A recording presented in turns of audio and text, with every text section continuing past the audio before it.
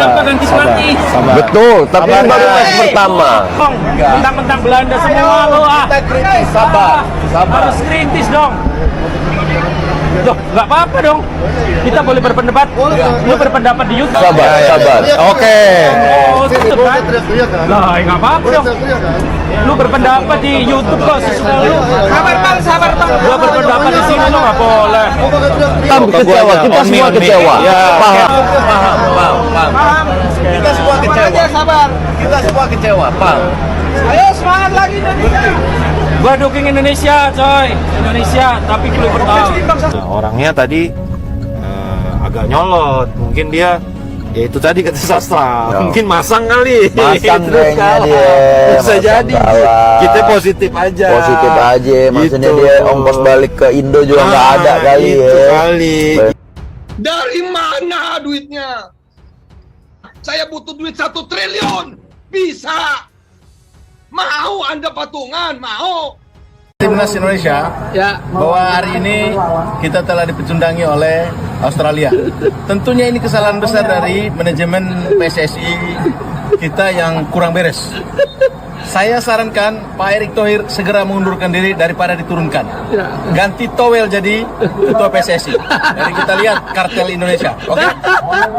Timnas pengen nerapin total football, lah malah gagal total teman-teman. Teman-teman pecinta timnas yang lagi hancur hatinya, yang belum follow Arif Golang di follow dulu ya, dipencet di follow. Jangan nonton, let's go kita lanjut. Bener-bener kita dihancurkan sama ekspektasi kita yang terlalu tinggi.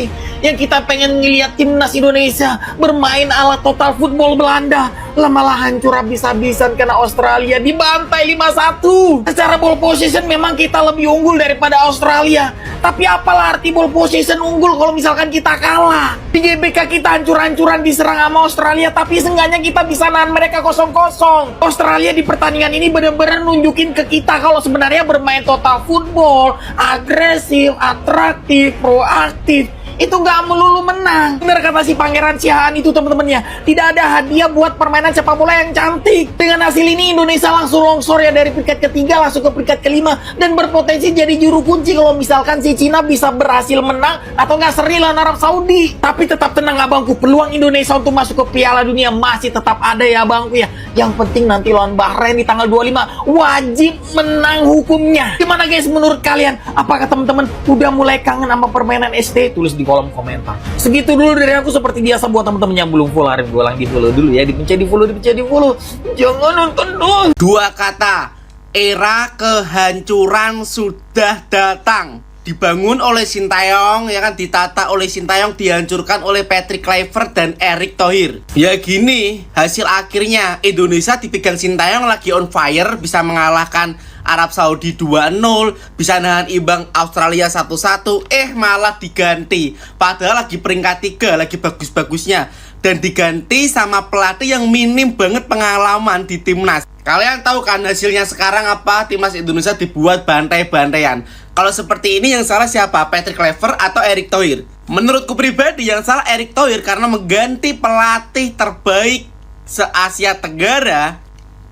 Penggantinya yaitu Patrick Kluivert yang minim banget pengalaman. Pelatih seperti ini sudah membangun Indonesia, pemain apa adanya bisa membawa timnas Indonesia di semifinal AFC malah diganti. Hasilnya seperti ini sangat-sangat mengecewakan. Pertandingan kali ini berantakan. Goblok. Tolol. Sontol ya semua. Indonesia dibantai sama negeri kanguru. Sekarang ngerti kan kenapa Coach Sintayong itu main bertahan kalau lawan tim-tim yang langganan Piala Dunia. Buktinya kemarin sempat tuh kita bisa nahan imbang Australia 0-0. Sekarang malah dibantai 5-1. Ya kalau gue sih nggak nyalain pemainnya karena memang mereka tuh udah top banget menurut gue.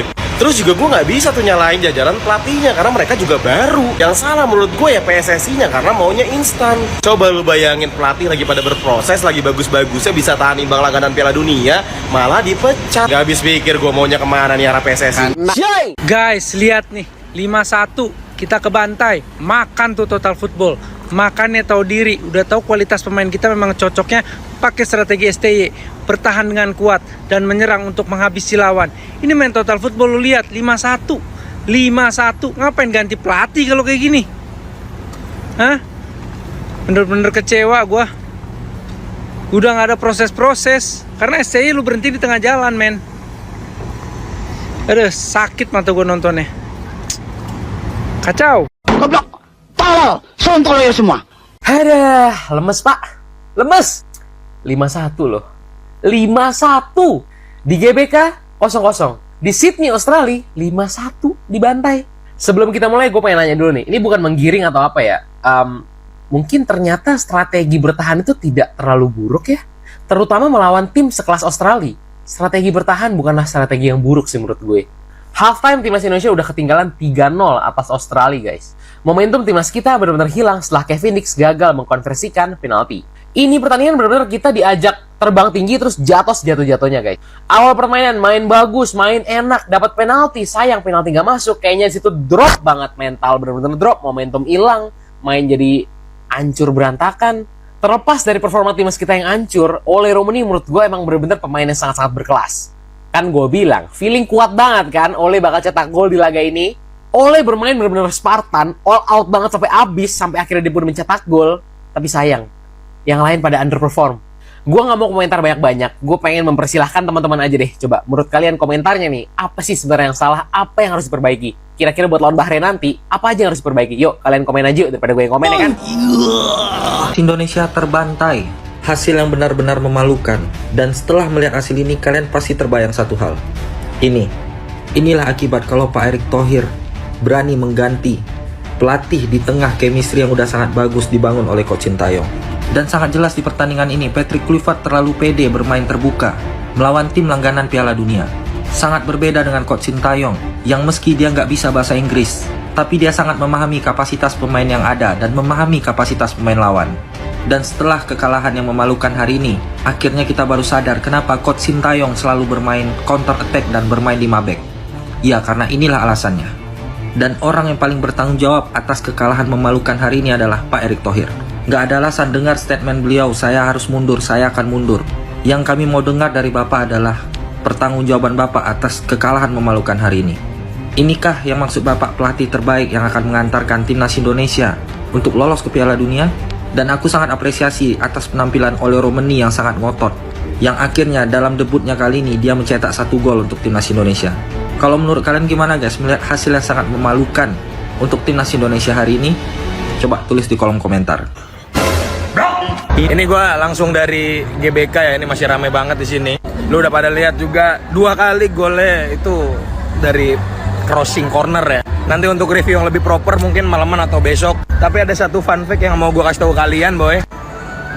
Mungkin lu yang datang di nobar di sini atau lu nobar dimanapun. Di sini ketika kameramen nyorot Kluivert, itu supporter tuh nyorakin kayak Kluivert Ya berarti dengan hasil 5-1 ini ya berarti gue yakin 99% ya penonton timnas itu masih belum bisa menerima kehadiran seorang Kluivert. Ini gue nggak bohong ya boy, lu boleh tanya orang-orang yang datang nobar yang beneran dukung timnas, bukan buzar-buzar 700, oke? Nih lu tanya temen gue nih kalau nggak percaya nih. Gimana tanggapan lu sama permainan Kluivert? Aduh, berantakan defense-nya. Kalau lu gimana, Dar? Parah, Cok. Bener-bener disorakin terus sama penonton di sini, Cok. Jadi bukan gue yang nggak bisa move on dari Sintayong, tapi emang hasil kita jauh banget dari harapan ya. So menurut kalian gimana boy terkait dengan hasil dari timnas kita yang kocak ini? Tulis di bawah ya. Terima kasih boy, jangan lupa follow update timnas selanjutnya. Bye. Dari mana duitnya? Saya butuh duit 1 triliun. Bisa. Mau Anda patungan? Mau? Ini nih kalau misalnya nanti Indonesia lawan Bahrain sampai kalah dan gua kan nonton di GBK ya, gua bakalan teriak kayak Sintayong, Sintayong, Sintayong. Gua nggak akan teriak Patrick, apaan anjir 5-1. Udah squad yang paling oke, tambahan pemain banyak, masih 5-1. Parah sih, kalau kalah pun 1-0 kek, bukan 5-1 anjir. Kesel gua. Nah, awas aja nih kalau misalnya nanti tanggal 25 gua nonton di GBK Indonesia Bahrain sampai kalah lagi nih, gua mau teriak Sintayong, Sintayong, Sintayong.